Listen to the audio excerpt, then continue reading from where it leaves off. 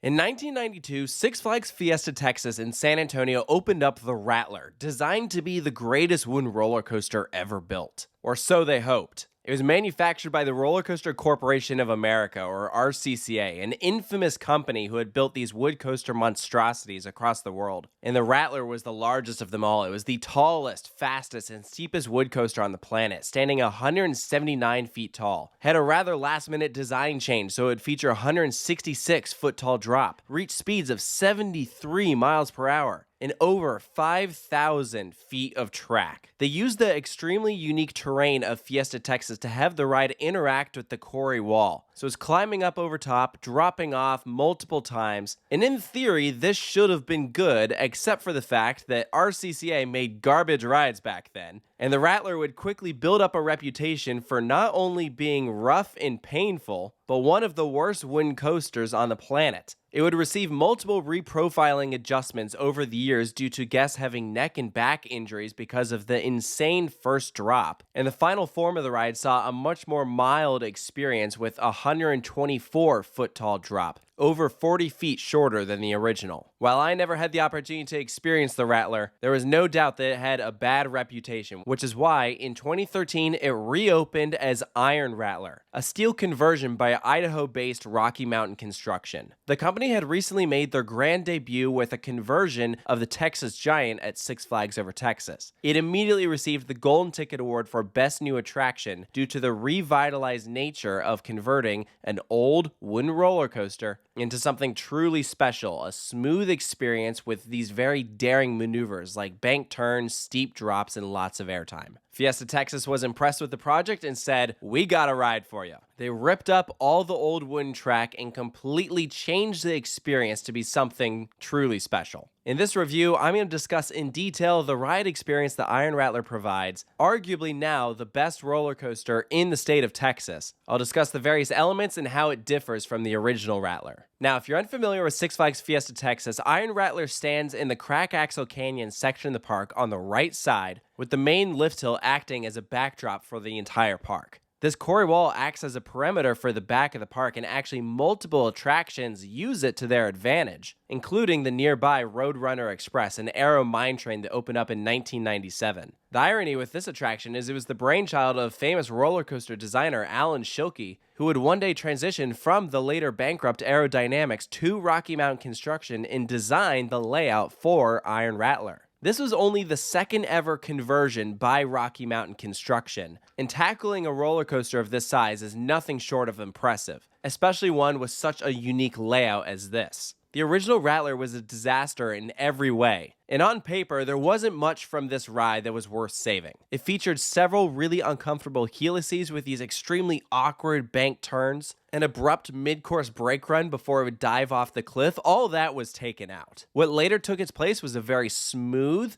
fluid, and powerful airtime machine. They reused the same original station from the Rattler. As you dispatch out of the station towards Roadrunner Express, you first have a long, drawn-out section of straight track that also acts as the transfer for when they want to take trains off. There's a gradual downhill turn almost 180 degrees into the start of your lift hill. RMC would later go on to do these really over-the-top and fun pre-lift sections. Iron Rattler does not have one of those. There really wasn't any room for one. And you begin your impressive climb up to the top. Again, 179 feet in the air. So that is the original height of Rattler. They kept the height, but where Iron Rattler shows improvement is in the first drop. As you crest over, you get a beautiful view of the ride out in front of you. Off to the left-hand side, you can see the entire park. You have a slow crawl over the top. Ironically, though, not as slow as it used to. Iron Rattler used to have this hold effect where it almost dangle you like a dive coaster over the first drop. Now the train sends you over at the same rate that you were climbing, and it does so with one of the most impressive first drops ever built. Riders get laterals as they twist to the left-hand side, dropping down an 81-degree angle. If you're sitting in the back of the train, the airtime that you experience is out of this world.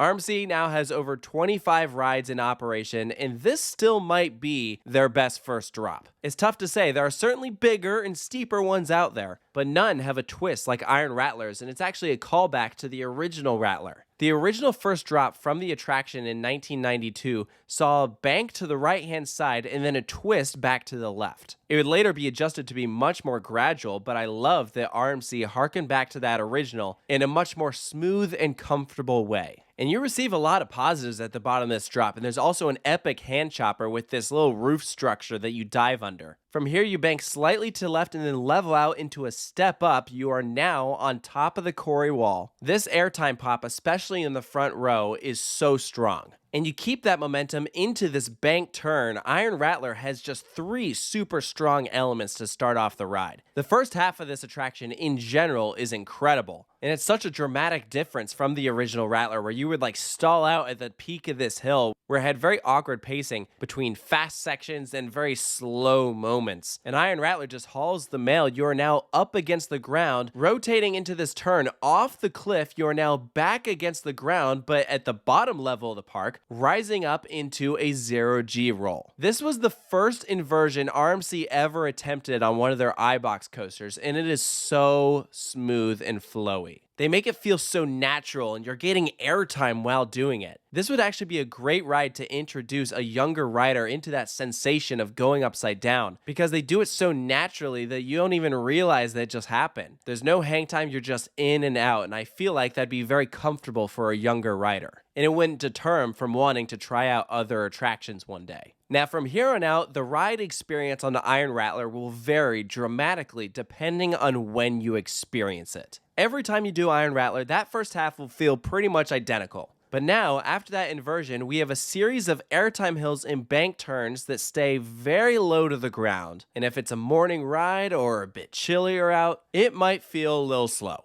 But I have also experienced Iron Rattler when it's like end of the day, you're getting a crazy night ride, and it flies through these next couple moments. So be sure to experience this multiple times when you come to Fiesta Texas. Your experience will vary significantly more than any other RMC coaster. So we kick things off with a traditional airtime hill and then transition into a bank turn to the right. I love how these bank turns have these steel braces going overhead, so they all act as hand choppers. From this right-handed bank turn, you then rotate to a bank turn on the left-hand side, snap back into place, have one more traditional airtime hill. If you pause right here, look closely. See all those footers on the right-hand side? That is from the original Rattler. They just left them in place. They reused as many footers as they could, but there was no use in bringing back this helix. Iron Rattler does have significantly less track than the original. We're talking about 3,266 feet of track, but it really is better this way. Think about it like this. If the ride is running slow during some morning rides, there's not many more elements they could do on this quarry wall. So from here, we then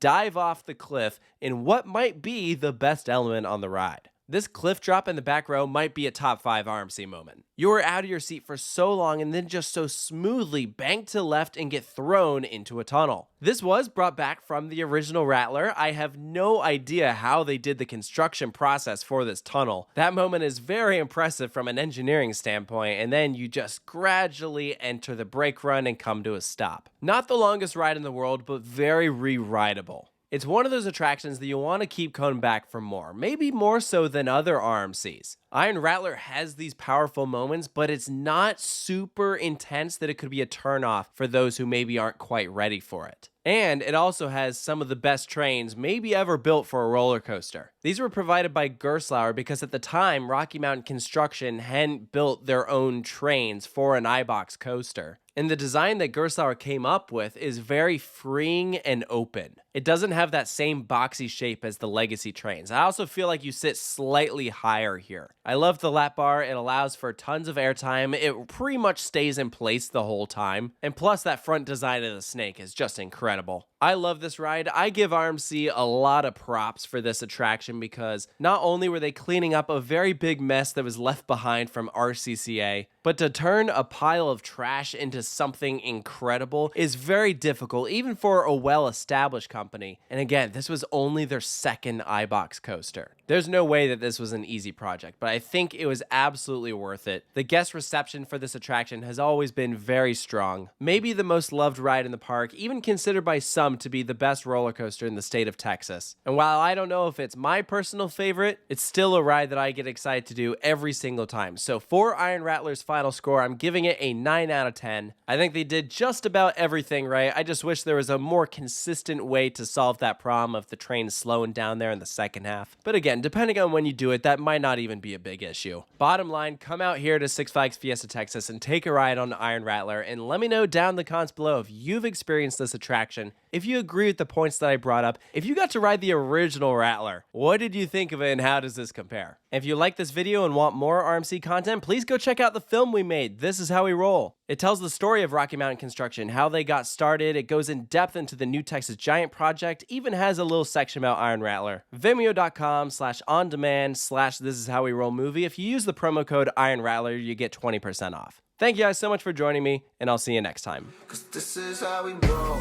Care if I'm broke, shoot.